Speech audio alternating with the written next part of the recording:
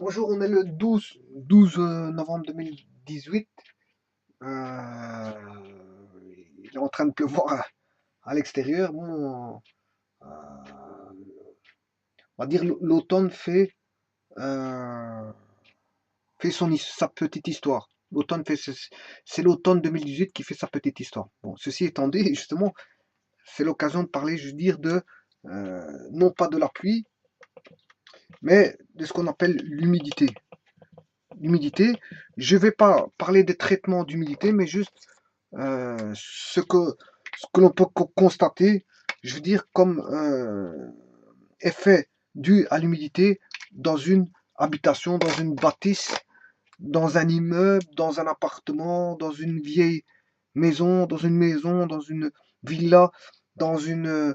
peu importe l'humidité, dans un entrepôt, voilà, on peut retrouver de l'humidité qui vient affecter, si vous voulez, euh, la structure, les structures, euh, les structures portantes, ainsi que les structures tout court du bâtiment. Voilà. Alors, maintenant, est-ce qu'on y vit dans ce bâtiment-là? Ben, si on y vit, on y travaille tous les jours, on y loge tous les jours, on y passe quasiment tous les jours, ben, il faut se poser la question, est-ce qu'on peut vivre de manière saine dans cette bâtisse, ce bâtiment, ce logement? Voilà. Parce que c'est primordial pour la santé des personnes qui vont loger dans le bâtiment, parce que l'humidité peut faire apparaître des maladies relatives à l'humidité à la longue, bien sûr, à la longue.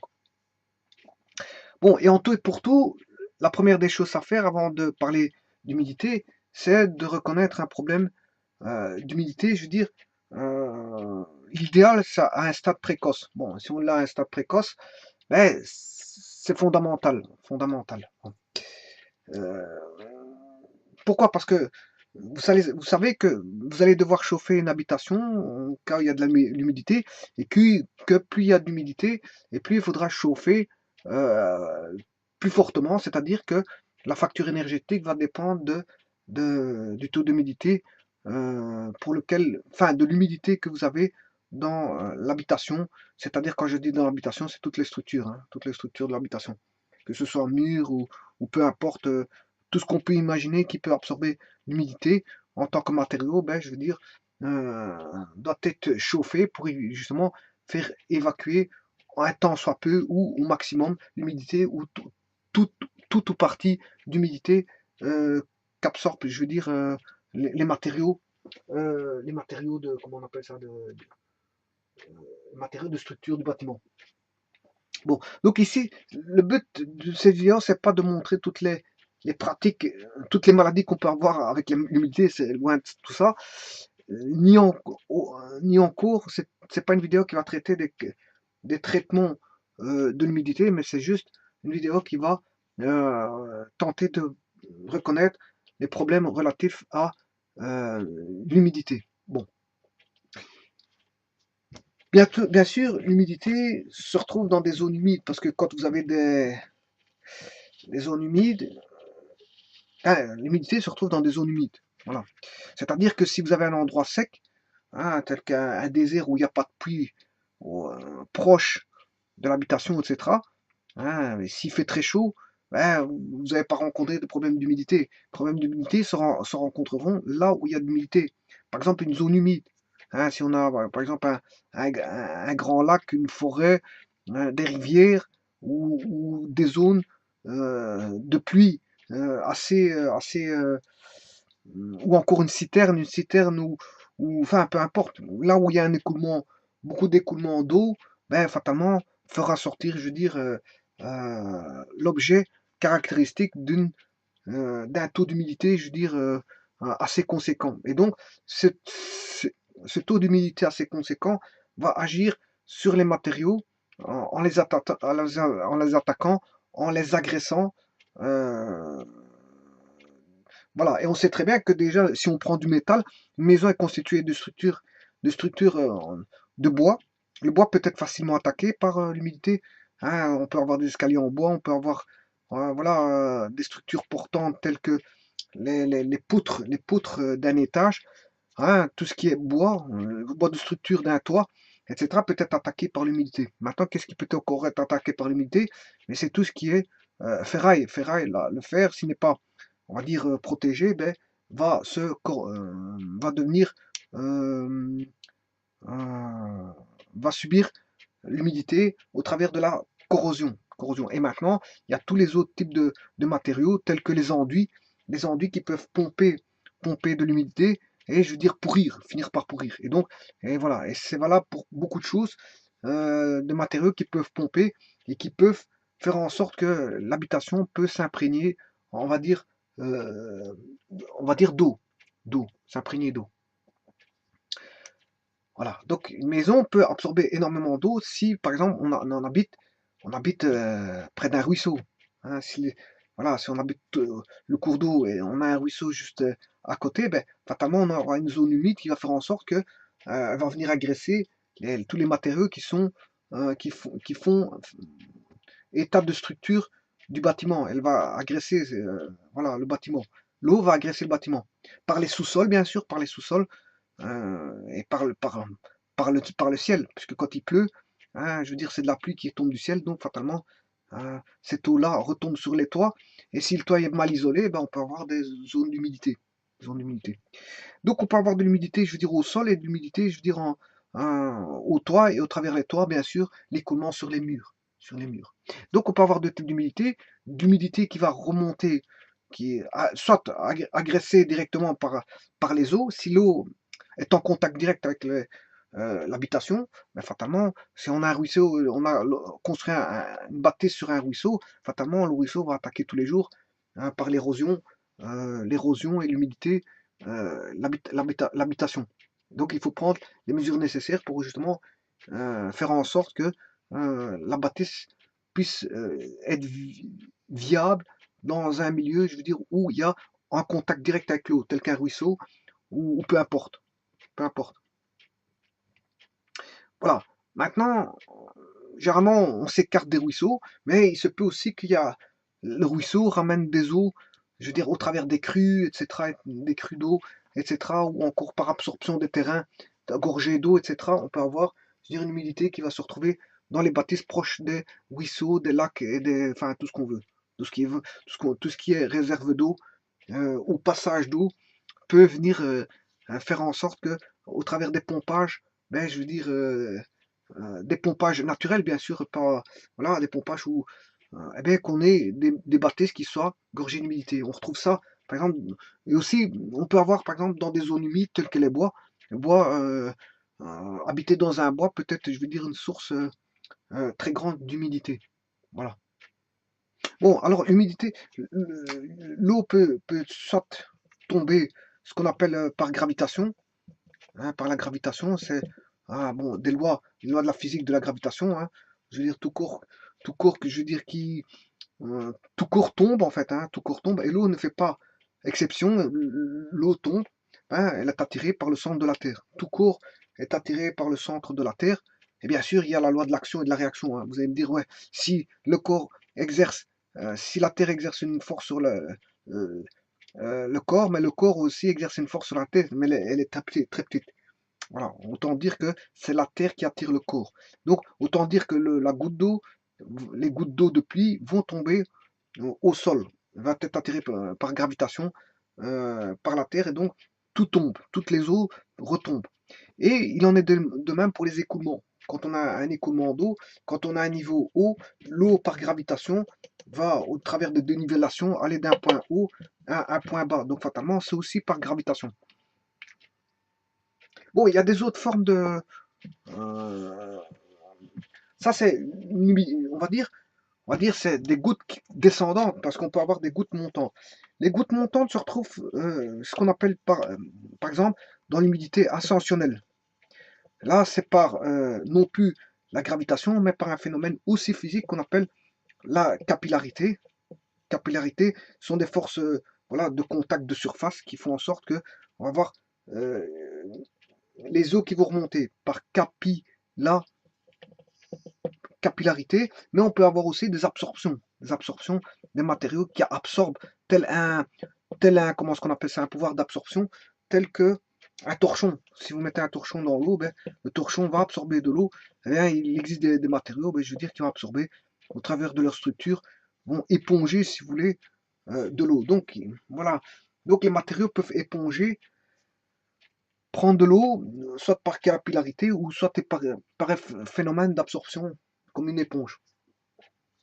Voilà, et donc tout ça, tous ces phénomènes-là physiques, hein, d'absorption par une éponge, de capillarité ou par gravitation, c'est ce qu'on le retrouve dans une habitation qui, je veux dire, qui fait face aux aléas climatiques de l'humidité et des pluies en fait, des pluies et de l'humidité.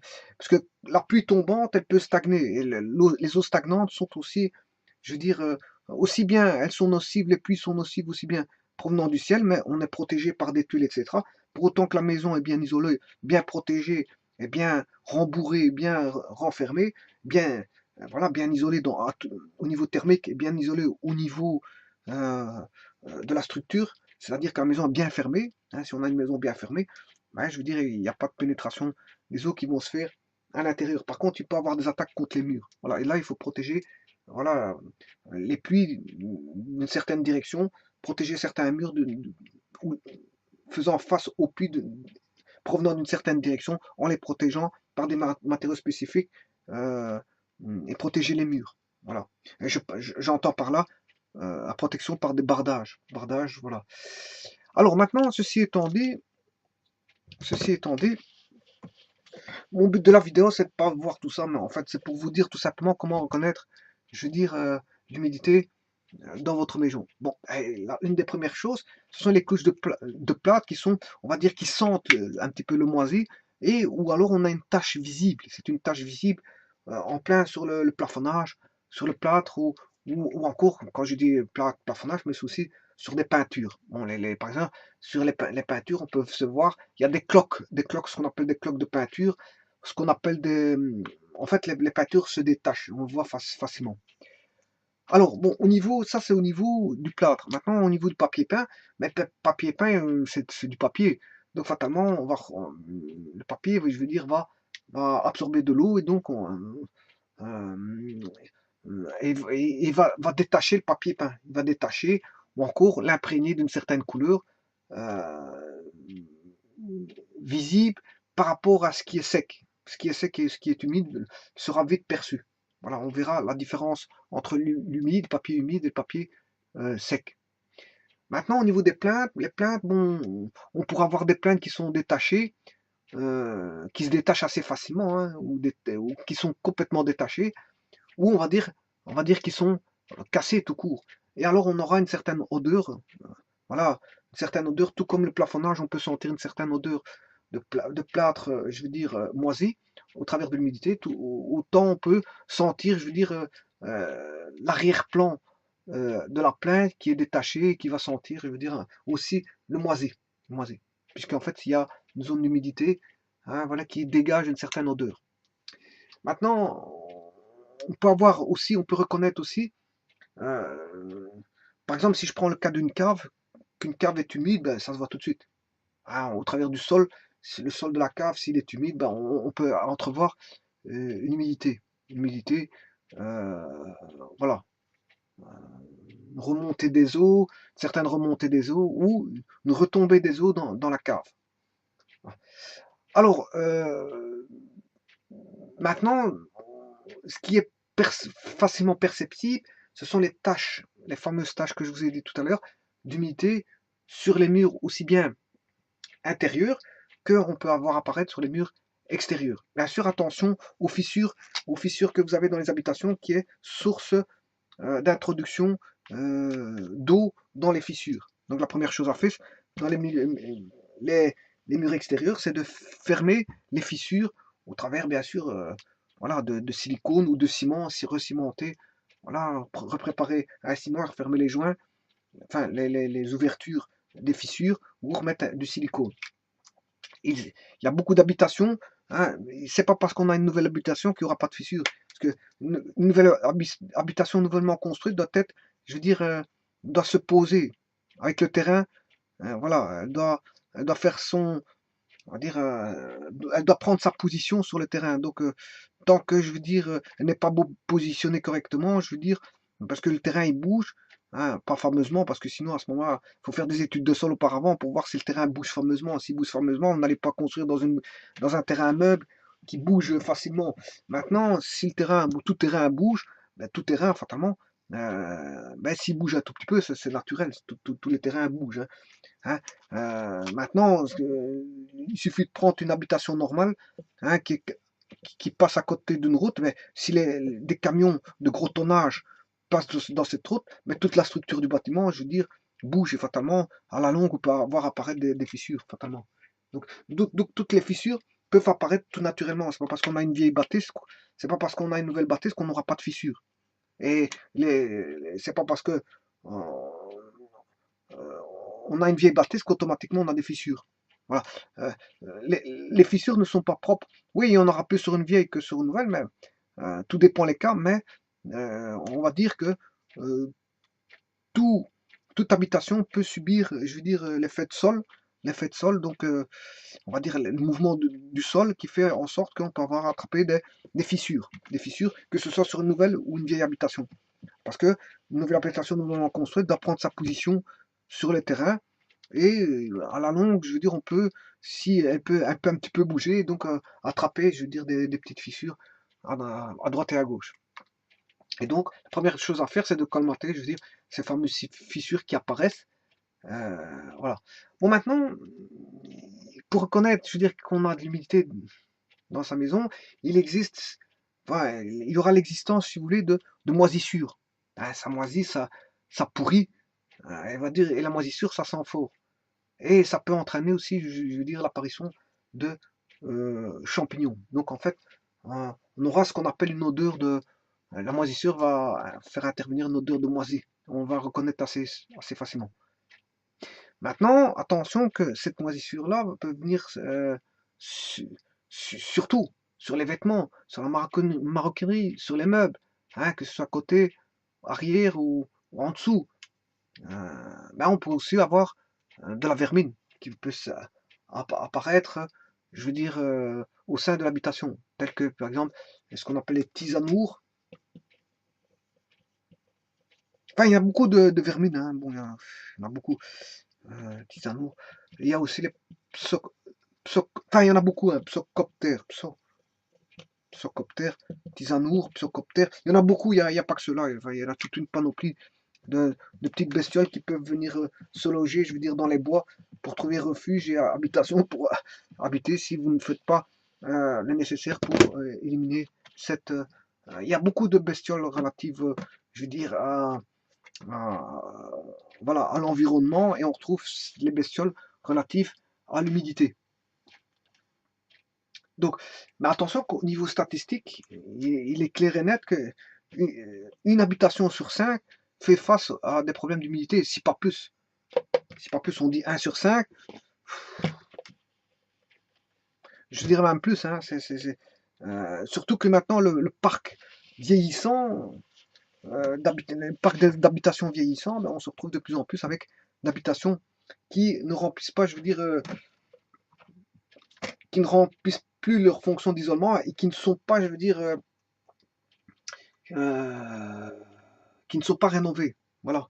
Beaucoup d'habitations sont laissées pour compte et ne sont pas rénovées. Ça induit des problèmes à la longue, je veux dire, d'infiltration d'eau. Voilà, on a le ciment aux abords des toits qui commence voilà, à ne plus faire la fonction de ciment et qui se retrouve sous forme de sable et ce qui se désagrège, c'est un lieu propice pour les entrées des eaux. Voilà, en fait, il y a beaucoup d'endroits possibles pour les entrées des eaux et avec à la longue, quand le bâtiment, c'est pour ça qu'il faut rénover, si vous voulez, un bâtiment. Le bâtiment, il faut le rénover pour éviter, je veux dire, tous ces aléas relatifs au climat. Au climat.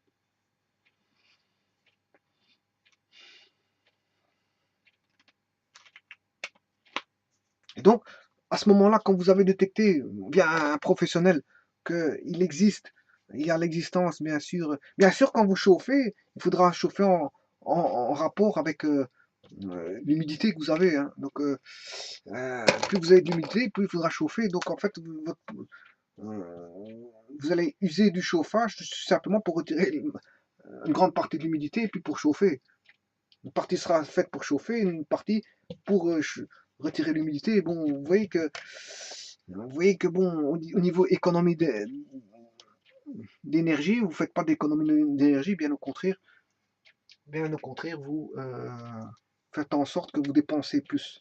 Donc une maison bien isolée, bien sûr, vous comprendrez que c'est moins d'humidité au sein de la maison. Bien sûr, quand je dis bien isolé, et bien sûr que vous avez résolu tous les problèmes ayant trait à l'humidité, c'est-à-dire des traits à l'humidité ascensionnelle, une corniche qui pourrait s'écouler hein, au travers d'un mur, hein, un percement d'une corniche, hein, un toit troué, je veux dire, en un endroit, ou alors sur les côtés, bon, on n'a pas mis de plomb, de zinc, ou peu importe, voilà, on n'a pas fait en sorte de protéger les côtés les côtés on n'a rien protégé, enfin, si il manque des protections, fatalement, c'est propice à l'humidité, hein, que ce soit au niveau des corniches, au niveau voilà, des structures du toit, au niveau, au niveau des rigoles, hein, si les rigoles ne font pas leur fonction, c'est-à-dire qu'elles sont remplies et qu'à un moment donné, elles se déversent le long de votre mur, tout ça fait en sorte que, voilà, si vous avez un problème d'égouttage ou peu importe dans les parages ou des écoulements relatifs à des eaux descendantes, mais tout ça, c'est l'apparition, l'apparition rien de tel que de faire des structures quand vous avez une descente, des structures pour, on va dire, détourner les eaux. Détourner les eaux pour les ramener en un point. Euh, l'idéal, les eaux de ruissellement, et d'écoulement et de d'écoulement et de ruissellement, la meilleure manière de faire, c'est de leur créer un chemin, parce qu'ils ont besoin d'un chemin d'écoulement. Si vous les bloquez à ce moment-là, bon, fatalement, comprenez que l'eau n'aime pas d'être bloquée, donc en fait, les eaux vont s'accumuler, voilà, provoquer, je veux dire, des dégâts. Donc la première des choses, c'est de faire s'écouler ou de ruisseler les eaux, leur trouver un passage d'évacuation. Le tout, c'est de les évacuer. Voilà. Et rien de tel que quand on a une descente, c'est, je veux dire, de faire en sorte de créer euh, des canalisations de manière à évacuer ces eaux. Donc, il faut pouvoir penser à évacuer des eaux avant qu'elles n'atteignent, je veux dire, votre habitation. Faire en sorte que toute eau, toute eau peut agresser votre habitation. Donc, le moindre départ d'eau, scruter le moindre départ d'eau pour la contourner, si vous voulez. Pour la contourner, qu'elle ne vienne pas frapper votre habitation. Voilà. Voilà, donc en fait, les arrivées d'eau, une crue ou une inondation peut provoquer ou une rupture de canalisation, que ce soit des eaux propres, voilà, ou des eaux usées, mais peuvent provoquer, je veux dire, voilà, des circonstances aggravantes d'humidité. Humidité. Donc l'humidité peut être multiforme, on peut les apercevoir assez facilement, et qu'il faut prendre, je veux dire, comment est-ce qu'on appelle ça, euh, les précautions d'usage nécessaires pour justement éviter toute forme d'agression de l'humidité face à votre habitation. Et donc là, il existe des spécialistes, c'est aux spécialistes, vous pouvez ramener un spécialiste qui va mesurer bien sûr le taux d'humidité au mur, il va le mesurer hein, au mur intérieur et au mur extérieur. Ils savent voir tout ça en fait, ils savent voir le taux d'humidité hein, via des appareils spécifiques qui mesurent l'humidité au travers des murs. Voilà. Et peut vous dire, bon, tel mur est humide, celui-ci est moins humide, celui-ci est plus sec. Et bon, s'il est plus humide, ben, c'est qu'il y a une raison pour laquelle il y a une humidité plus grande qu'à un autre point. C'est qu'en fait, il faut à ce moment-là prendre les considérations nécessaires pour voir qu'est-ce qui se passe, pourquoi il y a une humidité plus grande à ce niveau-là qu'à un autre endroit.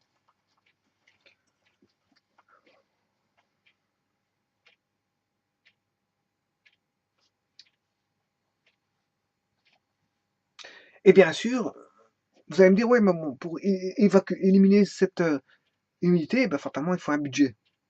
Bon, ce budget peut-être peut ça dépend ce qu'il en est du problème. On peut avoir un bête problème, hein, on peut passer de 1000 euros à des graves problèmes tels que qui peuvent passer à 20, 25 000, 30, voire le prix d'une habitation. Parce que si l'humidité vient bousiller une bâtisse, mais fatalement c'est le prix de l'habitation qu'il faudra refaire complètement, hein. Voilà, ça peut passer de 1000 euros à, on va dire dans le bâtiment, c'est pas comme dans les voitures. Les voitures, c'est généralement, quand on va chez le mécanicien, c'est 300, 400, 500, 600, 700. Voilà.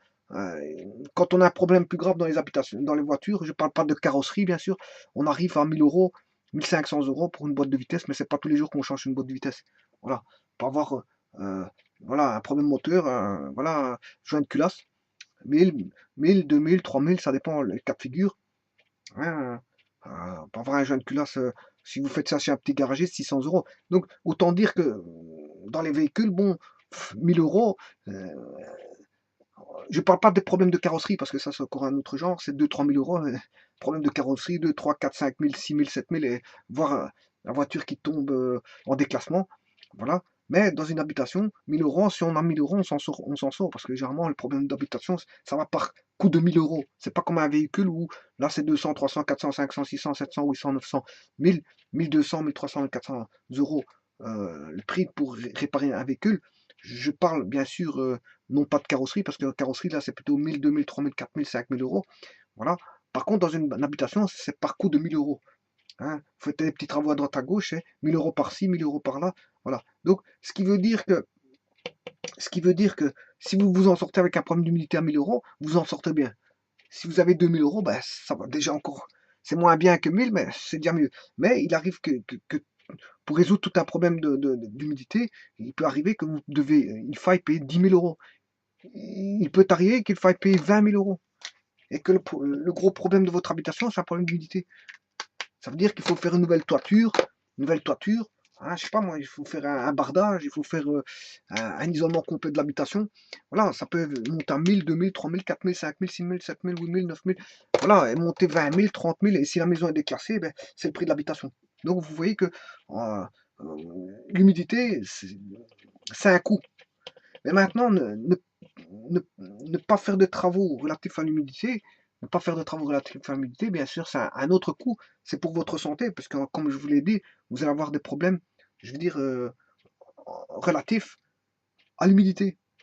Il existe toute une panoplie de maladies relatives à l'humidité, d'autant plus que votre habitation sera infectée de, je veux dire, de nuisibles euh, qui vont se retrouver, je veux dire, dans les bois, voilà, dans vos, même jusqu'à de votre habitation, ils vont passer, je veux dire, à vos meubles et à vos vêtements et à euh, à vos boîtes de conserve. Si vous avez des boîtes de conserve à la cave, vous allez retrouver toutes des petites bestioles toutes blanches qui sont des comment est-ce qu'on appelle ça, des petites araignées là, comment est-ce qu'on appelle, je sais plus comment on appelle ça, des, enfin, je sais plus le nom. Bref, vous allez retrouver avec tout des nuisibles. Voilà. Donc, quand vous avez un problème d'humidité, la première chose à faire, c'est de faire un diagnostic pour voir ce qu'il en est de, de l'humidité dans votre habitation et, je veux dire, les solutions à prendre pour résoudre ce problème d'humidité qui, par bon sens, va avoir un certain coût. Voilà. Et c'est selon votre budget que vous allez, je veux dire, améliorer votre confort au travers du bannissement de l'humidité en résolvant, je veux dire, justement, ces problèmes d'humidité, bien sûr, en budgétisant, je veux dire, vos travaux. Budgétisant vos travaux. Voilà. Soit par un emprunt à la banque, vous faites tous les travaux, ou soit vous faites des travaux partie par partie, hein, selon vos moyens, et vous résolvez, je veux dire, un maximum de problèmes relatifs à l'humidité de votre habitation. Bon, sachez que, comme je vous l'ai dit, une nouvelle bâtisse peut prendre l'humidité assez facilement, hein. C'est parce qu'elle est neuve que il y a pas de, elle peut pas subir d'inondation, ou si vous êtes d'habiter près d'un ruisseau, s'il y a pas de, voilà, il y a une crue, ben, votre habitation va prendre l'humidité. Le plafonnage va être pris, etc., etc. Voilà, donc autant dire que c'est pas parce que vous avez une nouvelle bâtisse que vous n'avez pas d'humidité. Il y a différents cas de figure où des nouvelles bâtisses peuvent prendre l'humidité. Voilà. Donc, euh, voilà. Mais en général, les nouvelles baptistes, ils ont pris les dispositions nécessaires pour que justement, je veux dire, il y ait le moins d'humidité possible, hein. Mais à la longue, ces matériaux vont quand même s'user, vont s'user. À la longue, ces matériaux vont s'user euh, et on peut avoir une quelconque infiltration d'eau quelque part. Pourquoi pas? Ça peut arriver. À la longue, elles vont s'user. Au bout de 10, 15, 20 ans, ben, on peut commencer à trouver. Voilà, si on n'a pas fait de bardage sur un mur, ben, on peut se retrouver, je veux dire, avec des problèmes d'humidité au bout de 10, 15, 20 ans, voire 30 ans. Voilà.